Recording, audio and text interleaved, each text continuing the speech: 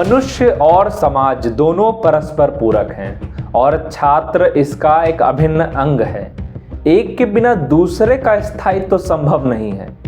छात्र शक्ति समाज को सुधारने और उसे मजबूत करने में गाड़ी के एक पहिए की भूमिका में नजर आती है, जिसके बिना आगे नहीं बढ़ा जा सकता है।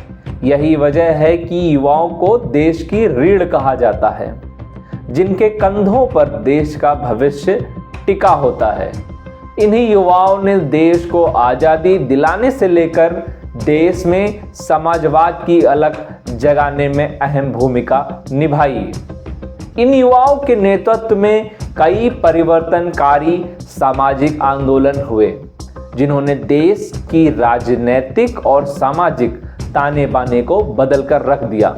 नमस्कार, मैं निखिल और आप देख रहे हैं द बदकही लाइव की खास पेशकश बदकही सियासत की।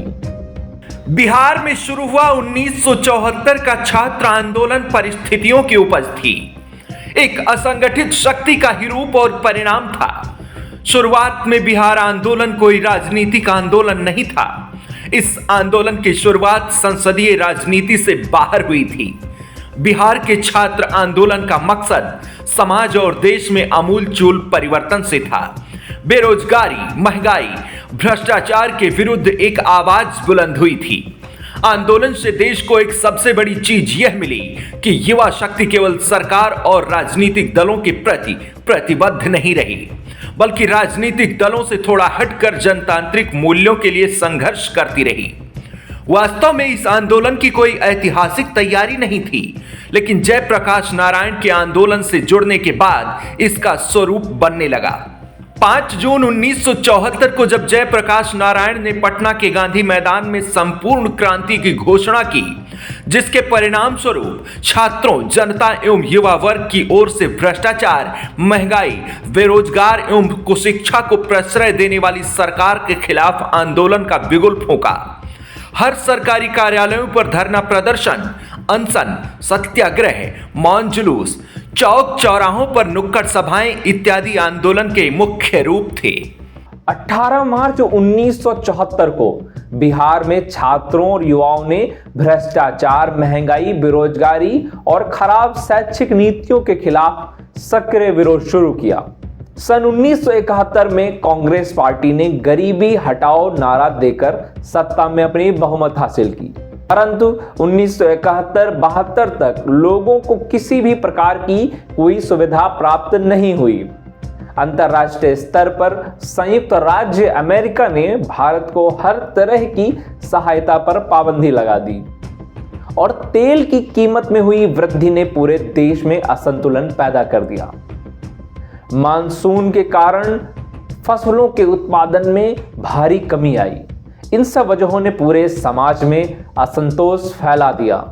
मार्च 1974 में बेरोजगारी और महंगाई के कारण बिहार के छात्रों ने सरकार के खिलाफ विरोध छेड़ दिया, जिसे छात्र आंदोलन के नाम से जाना जाता है। जब नवनिर्माण आंदोलन के परिणाम स्वरूप गुजरात सरकार को जबरन इस्तीफा देना पड़ा, तब तक बिहार में छात्रों का एक बड़ा विरोध प्रदर्शन शुरू हो चुका था। नवनिर्माण आंदोलन के विपरीत जनसंघ से जुड़े अखिल भारतीय विद्यार्थी परिषद, समाजवादी पार्टी से जुड़े समाजवादी युवजन सभा और लोकदल जैसे राजनीतिक छात्र संगठनों ने जेपी आंदोलन में सक्रिय भूमिका निभाई। वहीं विपक्षी दलों ने 1973 में राज्यव्यापी हड़ताल का आह्वान किया। इसके परिणाम स्वरूप मध्य प्रदेश की राजधानी भोपाल में हड़ताल करने वालों पर पुलिस की गोलीबारी हुई, जिससे 17 अगस्त 1973 को जेपी आंदोलन में भाग ले रहे 8 छात्रों की मौत हो गई। 18 फरवरी 1974 को पटना विश्वविद्यालय, जो कि बिहार आंदोलन का केंद्र बिंदु था, वहीं से छात्र संघ ने एक सम्मेलन आयोजित किया, जिसमें पूरे राज्य से छात्र नेताओं को आमंत्रित किया गया। आंदोलन का नेतृत्व करने के लिए बिहार छात्र संघर्ष समिति का गठन किया गया, जिसमें विश्वविद्यालय के छात्र लालू प्रसाद यादव को अध्यक्ष चुना गया। तत्कालीन कई युवा नेताओं में सुशील कुमार मोदी, नरेंद्र सिंह, वशिष्ठ नारायण सिंह, रामविलास पासवान शामिल थे। उनकी मांगें छात्रावासों में शिक्षा और भोजन से संबंधित थीं। बीसीएसएस ने 18 मार्च 1974 के बजट सत्र के दौरान बिहार विधानसभा के घेराव का आह्वान किया। विधानसभा की सभी सड़कों को जाम कर दिया गया। आंदोलन के दौरान दुकानदारों के शटर जबरदस्ती बंद कराए गए। ट्रेनों और बसों को मनमाने ढंग से रोका गया। भभुआ, सासाराम, समस्तीपुर, सीतमगढ़ी, मुजफ्फरपुर और दानापुर स्टेशनों पर रेलवे ट्रैक को जाम कर दिया गया। तब बिहार के गृह सचिव ने रेलवे तोड़फोड़, पटरियों के छेड़छाड़ और रेल कर्मियों को डराने धमकाने के 20 मामले दर्ज करवाए। पुलिस ने बेरहमी से जवाबी कार्रवाई की। सैकड़ों छात्रों को पीटा गया और गिरफ्तार कर लिया गया। गिरफ्तार लोगों में कई महिलाएं और लड़कियां भी शामिल थी। कैदियों को हजारीबाग, भागलपुर, मुजफ्फरपुर, दरभंगा और समस्तीपुर, आरा, बांका, पटना की जेलों में रखा गया था। 2 से 5 अक्टूबर के बीच पुलिस ने कई जगहों पर गोलियां चलाई, जिसमें कई मौतें हुईं। लालू प्रसाद यादव अपनी आत्मकथा गोपालगंज टू रायसीना में 5 जून 1974 के उस दिन को याद करते हैं। गांधी मैदान में उस दिन जेपी ने एक बड़ी जनसभा को संबोधित किया। इससे पहले इस मैदान में इतने लोग कभी नहीं आए थे। किताब के मुताबिक जेपी ने कहा, यह क्रांति है। हम यहां केवल बिहार विधानसभा भंग करने की मांग के साथ नहीं आए हैं। यह हमारे सफर की पहली कामयाबी होगी। हमें अभी बहुत आगे तक जाना है। आजादी के 27 सालों बाद भी इस देश के लोग भूखमरी, कीमतों में वृद्धि, भ्रष्टाचार और अन्याय का सामना कर रहे हैं। हम केवल संपूर्ण क्रांति चाहते हैं, उससे कम कुछ भी नहीं होगा। मुख्यमंत्री अब्दुल गफूर ने छात्र नेताओं को आश्वस्त किया कि वह मांगों पर विचार करेंगे, लेकिन कॉलेजों और विश्वविद्यालयों में छात्र विरोध प्रदर्शन करते रहे और संपत्ति को नुकसान पहुंचाते रहे।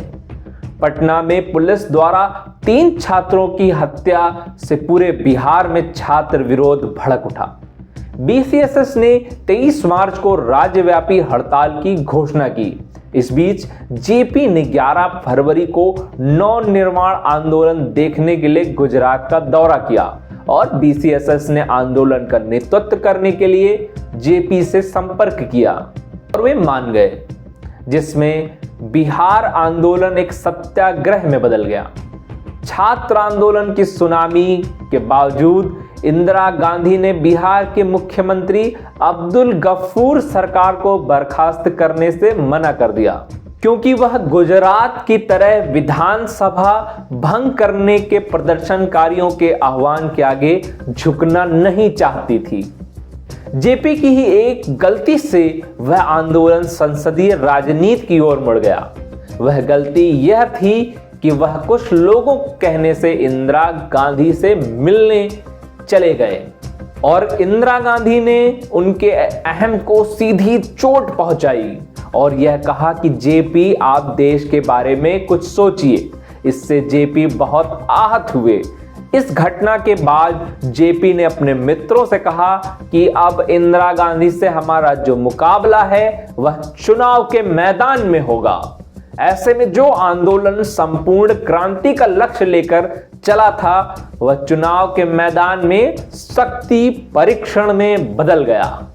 जयप्रकाश नारायण के संपूर्ण क्रांति आंदोलन शुरू करने का उद्देश्य सिर्फ इंदिरा गांधी की सरकार को हटाना और जनता पार्टी की सरकार को लाना नहीं था, बल्कि उनका उद्देश्य राष्ट्रीय राजनीति में बड़ा बदलाव करना था। साथ ही यह आंदोलन व्यवस्था परिवर्तन के लिए था। ऐसे में यह सवाल उठना लाजिमी है कि जयप्रकाश नारायण ने जिस जाति विहीन समाज, नर नारी समता, सामाजिक न्याय के सपने देखे, उसे साकार करने के लिए उन्हें आंदोलन की दिशा बदलनी नहीं चाहिए थी। जेपी पूरे भारत में यात्रा करते रहे और कांग्रेस को हराने के लिए विपक्षी दलों को मजबूत और एकजुट करते रहे। गुजरात में चुनाव 10 जून को हुआ और परिणाम 12 जून 1975 को घोषित किया गया, जिसमें कांग्रेस हार गई। उसी दिन 12 जून 1975 को इलाहाबाद उच्च न्यायालय ने 1971 में लोकसभा के लिए इंदिरा गांधी के चुनाव को चुनावी कदाचार के आधार पर रद्द घोषित कर दिया। इस प्रकार अदालत ने उन्हें संसद में उनकी सीट से हटाने का आदेश दिया और 6 साल के लिए चुनाव में भाग लेने पर प्रतिबंध लगा दिया। इंदिरा गांधी ने इस्तीफा देने की मांग को खारिज कर दिया और सुप्रीम कोर्ट चली गईं। मामले में अनुकूल परिणाम पाने के लिए राष्ट्रपति वीवी गिरी से एएन रे को मुख्य न्यायाधीश नियुक्त करने की सिफारिश की। जेपी ने इंदिरा गांधी को लिखे अपने पत्रों में उनसे इस्तीफा देने का आह्वान किया। कांग्रेस से ही कुछ नेता जैसे चंद्रशेखर सिंह चाहते थे कि इंदिरा गांधी कोर्ट के आदेश का पालन करें और अपने पद से त्यागपत्र देकर प्रधानमंत्री किसी और को बना दे और जब फैसला उनके पक्ष में आ जाए तो वह दोबारा अपने पद पर आ जाएं। लेकिन उन्होंने कुछ चाटुकार सलाहकारों की सुनी और सबको चौंकाते हुए 25 जून 1975 की रात को अपनी स्थिति सुरक्षित रखने के लिए देशव्यापी आपातकाल लागू कर दिया। आपातकाल की घोषणा के बाद विपक्ष के नेताओं और जयप्रकाश नारायण को बिना किसी पूर्व सूचना के गिरफ्तार कर लिया गया। साथ ही उनकी अपनी पार्टी के असंतुष्ट सदस्यों को भी गिरफ्तार कर लिया गया। आजादी समाप्त हो गई, प्रेस की भी स्वतंत्रता समाप्त हो गई, गुलामी का एक नया अध्याय जोड़ दिया गया। बाढ़ से गंभीर रूप से प्रभावित बिहार के इलाकों में राहत जुटाने के लिए 1 महीने की पैरोल मांगने के बाद भी जेपी को चंडीगढ़ में हिरासत में रखा गया। हजारों नेताओं, सामाजिक कार्यकर्ताओं को जेल में ठूंस दिया गया। उस समय की सबसे ताकतवर नेता इंदिरा गांधी के सामने से सत्ता छिनती दिख रही थी। पाकिस्तान के 2 टुकड़े करके नया देश बांग्लादेश बनाने वाली iron lady of India Indira Gandhi ना तो जेपी को मना पाई और ना उनका आंदोलन रोक पाई। इस आंदोलन में इमरजेंसी ने एक अलग भटकाव पैदा कर दिया। इसके बाद लक्ष्य यह हो गया कि किसी तरह लोकतंत्र बहाल हो। सिंहासन खाली करो कि जनता आती है। रामधारी सिंह दिनकर की इन पंक्तियों को जेपी ने अपने आंदोलन के नारों में शामिल कर लिया था। जेपी के जज्बे ने देश की राजनीति की हवा का रुख ही पलट दिया था। उसी दशक में इंडिया इज इंदिरा और इंदिरा इज इंडिया भी कहा जाता था, लेकिन जेपी के आंदोलन में यह खत्म हो गया। 21 मार्च 1977 को इंदिरा गांधी द्वारा आपातकाल रद्द करने और चुनावों की घोषणा करने के बाद जेपी के मार्गदर्शन में जनता पार्टी का गठन किया गया और पार्टी चुनाव जीतकर सत्ता में आ गई और केंद्र में सरकार बन गई। पहली बार गैर कांग्रेसी पार्टी ने सरकार बनाई। बिहार में जनता पार्टी के सत्ता में आने के बाद कर्पूरी ठाकुर को 1977 में बिहार के मुख्यमंत्री बनने के लिए तत्कालीन बिहार जनता पार्टी के अध्यक्ष सत्येंद्र नारायण सिन्हा से मुख्यमंत्री पद की लड़ाई जीत ली।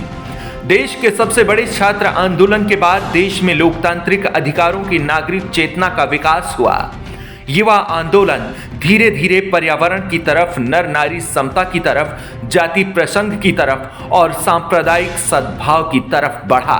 आज देश में काम कर रहे कई हजार जन संगठन के पीछे देश में 1974 से 1979 के बीच जयप्रकाश नारायण की मेहनत और प्रेरणा के साथ युवा जोश था। इस आंदोलन ने तय किया था कि भारत स्वतंत्रता संग्राम के बाद भी आंदोलन के लिए तैयार है। लोकतंत्र बचाने के लिए आपातकाल विरोधी आंदोलन था। उसने भारत में यह तो तय कर दिया कि कोई भी नेता या दल इस तरह शासन नहीं कर सकता। द बदकही लाइव की एक खास पेशकश बदकही सियासत की आपको कैसी लगी, हमें कमेंट में लिख करके बताइए। चैनल को सब्सक्राइब करना ना भूलिए। धन्यवाद।